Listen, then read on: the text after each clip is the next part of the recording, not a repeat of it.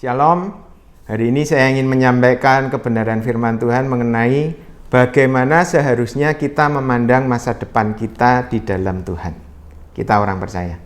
Saudara, memang tahun ini adalah tahun kedua di mana seluruh dunia menghadapi krisis yang sangat menyusahkan, tapi kita akan lihat janji Tuhan bagi kita umat pilihannya. Ada ayat di dalam firman Tuhan di dalam Amsal 29 ayat 18 yang kalau di dalam versi King James bunyinya seperti ini. Jika tidak ada visi, maka orang-orang akan menjadi binasa. Nah, tentu saja yang dimaksud visi di sini adalah rancangan Tuhan yang dinyatakan untuk umatnya. Dan menurut Amsal 28:18 itu, sudah pasti ada korelasi yang kuat antara mengetahui visi Tuhan dengan nasib kita di masa depan. Saudara, kalau tidak ada visi, dikatakan di sana, maka apa yang terjadi berikutnya adalah di dalam kehidupan seorang, maka orang itu akan binasa atau mengalami penderitaan. Nah, di sini firman Tuhan jelas berkata bahwa pimpinan Tuhan atas hidup kita adalah melalui visi. Tentu saja yang dimaksud visi di sini adalah visi Tuhan untuk kita dan bukan sekedar cita-cita kita sendiri atau rancangan kita sendiri. Dan jelas bahwa semua janji mengenai visi itu ada di dalam firman Tuhan. Dan bukan kebetulan kalau firman Tuhan mencatat ayat itu dengan kata visi. Yang artinya untuk bisa mengerti rancangan Tuhan, jelas kita membutuhkan yang namanya mata rohani. Nah, sekarang pertanyaannya, bagaimana keadaan mata rohani saudara dan saya? Apakah kita mampu melihat visi Tuhan atau sebaliknya? Saya akan bacakan dari Lukas 11 ayat 34. Matamu adalah pelita tubuhmu. Jika matamu baik, teranglah seluruh tubuhmu. Tetapi jika matamu jahat, gelaplah seluruh tubuhmu. Saudara, bagaimana cara kita melihat visi Tuhan sangat bergantung pada jenis mata rohani yang kita pakai. Di sini Lukas mencatat perkataan Tuhan Yesus mengenai mata rohani kita. Dicatat di sana ada mata yang baik, tetapi juga ada mata yang jahat. Artinya dua jenis mata itu ada di dalam pilihan kita. Apakah kita akan melihat dengan menggunakan mata yang baik, ataukah kita akan mempergunakan mata yang jahat? Jika kita melihat dengan mata yang baik, kata Lukas, maka seluruh hal yang kita lihat adalah terang kemuliaan Tuhan di dalam hidup kita. Sebaliknya, jika kita memilih menggunakan mata yang jahat, maka hidup kita akan gelap dan jauh dari yang namanya sukacita dan damai sejahtera di dalam Tuhan. Sekali lagi, ini bukan tentang apa yang terjadi di depan mata kita, tetapi bagaimana kita memilih untuk memandang apa yang ada di hadapan kita. Apakah kita akan pakai mata yang baik, ataukah kita akan pakai mata yang jahat?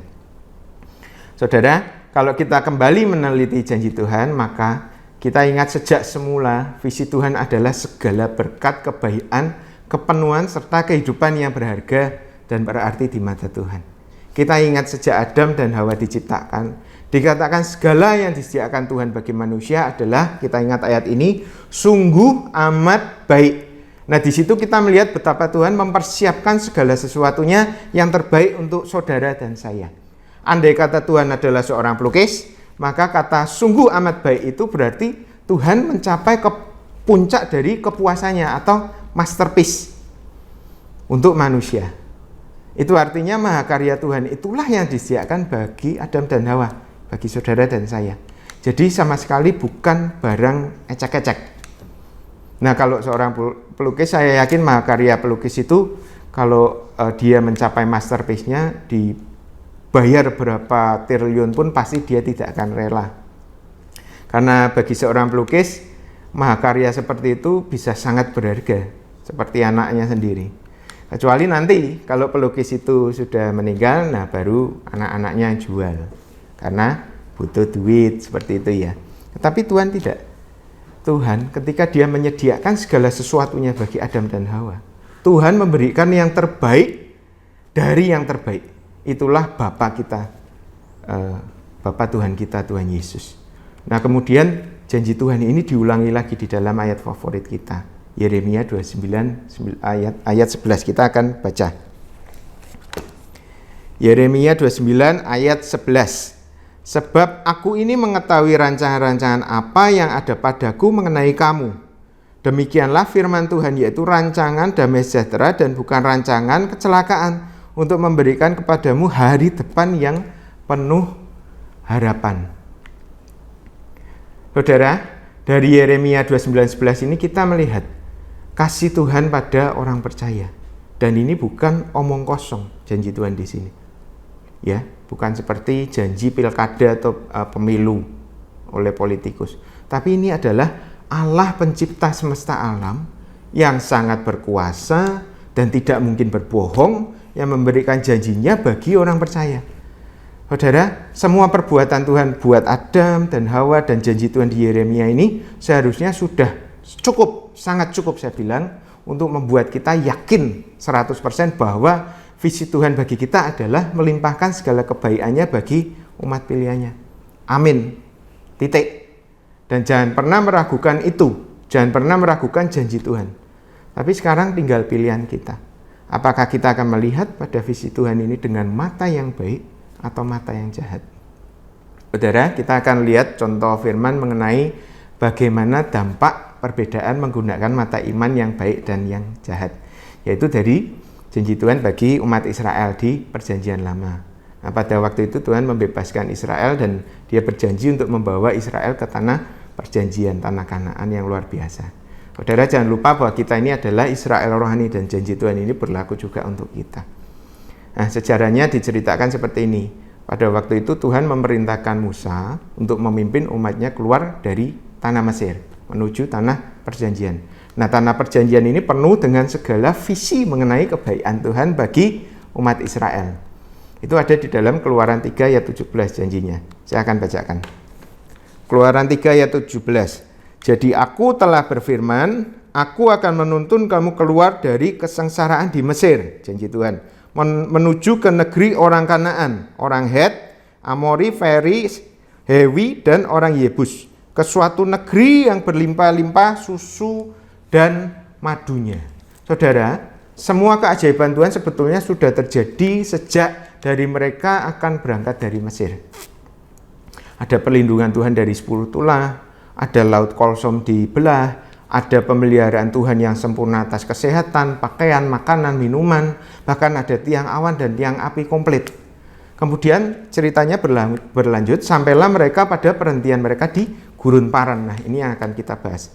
Tuhan memerintahkan Musa di sana untuk mengirimkan 12 pengintai. Dan mereka berangkat menilik keadaan negeri yang dijanjikan itu. Dan tepat seperti janji Tuhan bahwa tanah perjanjian, tanah Kanaan yang akan diberikan Tuhan bagi umat pilihannya, itu adalah tanah yang gemuk, yang subur dan penuh berkat. Saudara, kita akan baca di dalam Bilangan 13 ayat 23. Saya akan bacakan. Bilangan 13 ayat 23. Ketika mereka sampai ke lembah Eskol, dipotong merekalah di sana suatu cabang dengan setandan buah anggurnya. Lalu berdualah mereka menggandarnya. Juga mereka membawa beberapa buah delima dan buah ara. Saudara, setahu saya seumur hidup, cara orang membawa setandan anggur itu seperti ini. Jentiknya ngetril dulu, terus dicupit anggurnya seperti ini. Dan bukan digandar 2 orang. Nah, ayat 23 ini bukti betapa dahsyatnya janji Tuhan bagi umatnya, yaitu rancangan atau visi terbaik Tuhan. Saudara bisa lanjutkan sendiri di Bilangan 13 dan 14. Kemudian kisahnya berlanjut.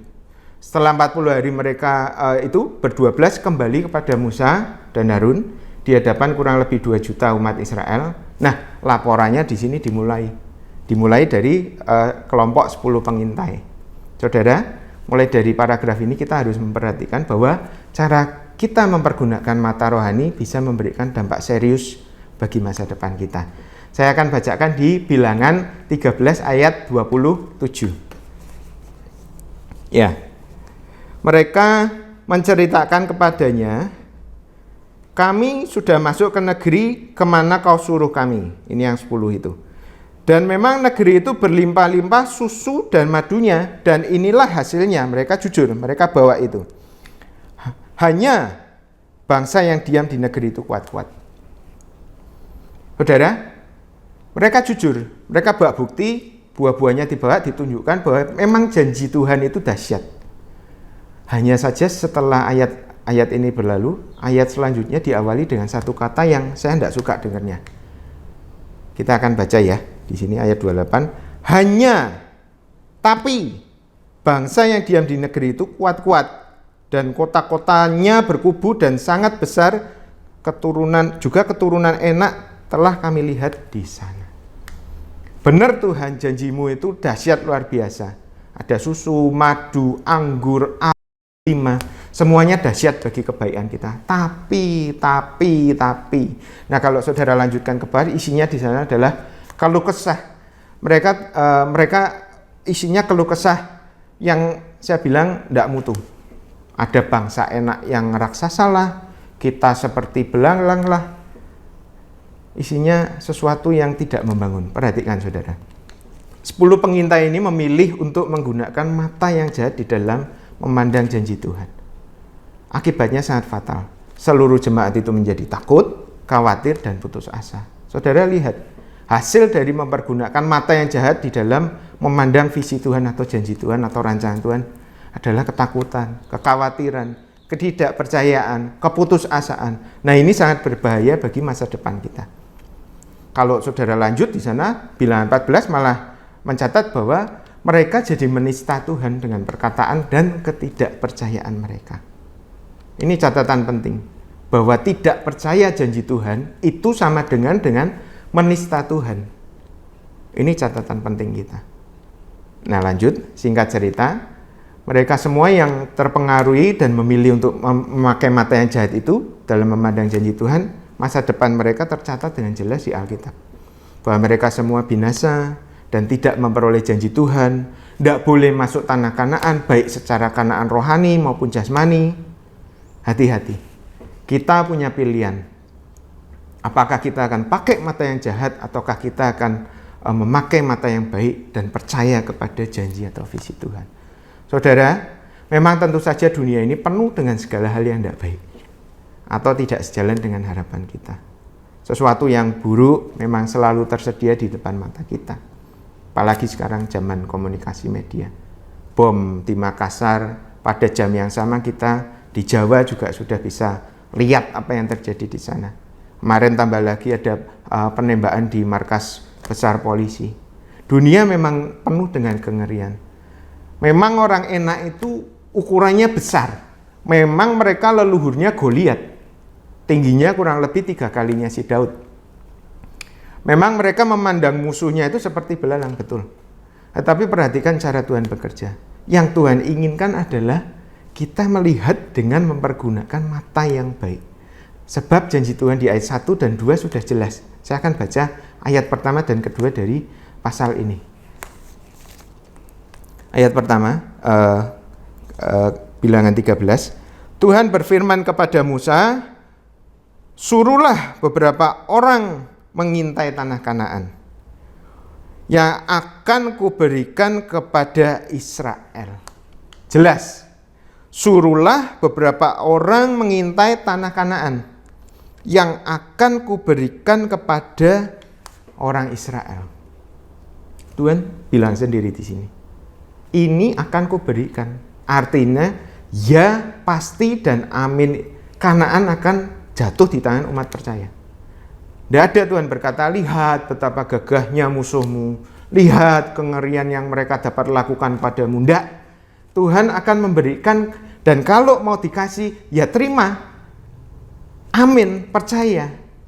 Saudara mesti cek buah anggurnya. Buah anggur bicara tentang sukacita. Saudara mesti cek buah aranya. Ara itu segala sesuatu yang manis dari janji Tuhan. Cek buah delimanya. Saudara, buah delima itu giring-giring di bagian bawah baju imam. Tujuannya kalau imam itu sedang menyembah Tuhan, nah bunyi lonceng-loncengnya itu meriah kayak lonceng Natal gitu. Nah, delima itu adalah gambaran sukacita, kemeriahan, dan suatu kesemaraan di dalam penyembahan. Nah, itulah yang Tuhan inginkan. Itu yang Tuhan janjikan buat kita orang percaya, bukan sebaliknya. Nah, kita akan lanjut bagaimana dua pengintai yang lain, yaitu Yosua dan Kaleb, mempergunakan mata iman mereka yang baik. Nah, ini akan kita pegang teguh dan akan kita lakukan di dalam hidup kita, Bapak Ibu Saudara. Itu di dalam Bilangan 14 ayat 6 sampai 8 saya akan bacakan ya. Tetapi Yosua bin Nun dan Kaleb bin Yefune yang termasuk orang-orang yang telah mengintai negeri itu mengoyakkan pakaiannya dan berkata kepada segenap umat Israel, negeri yang kami lalui untuk diintai itu adalah luar biasa baiknya.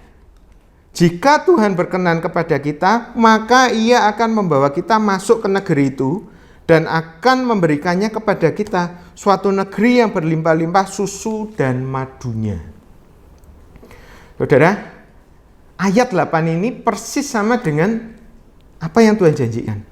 Omongannya Yosua dan Kaleb persis dengan perkataan Tuhan. Yosua dan Kaleb tahu persis bahwa semua kebaikan itu pasti diberikan Tuhan pada mereka. Yosua dan Kaleb memakai mata iman yang baik. Mata yang sama persis dengan matanya Tuhan. Negeri yang baik dan akan kuberikan buat umatnya, titik. Tidak ada tapi. Nah, inilah yang Tuhan mau bagi setiap orang percaya. Sekali lagi, dunia memang isinya kengerian. Tetapi janji Tuhan isinya segala kebaikan.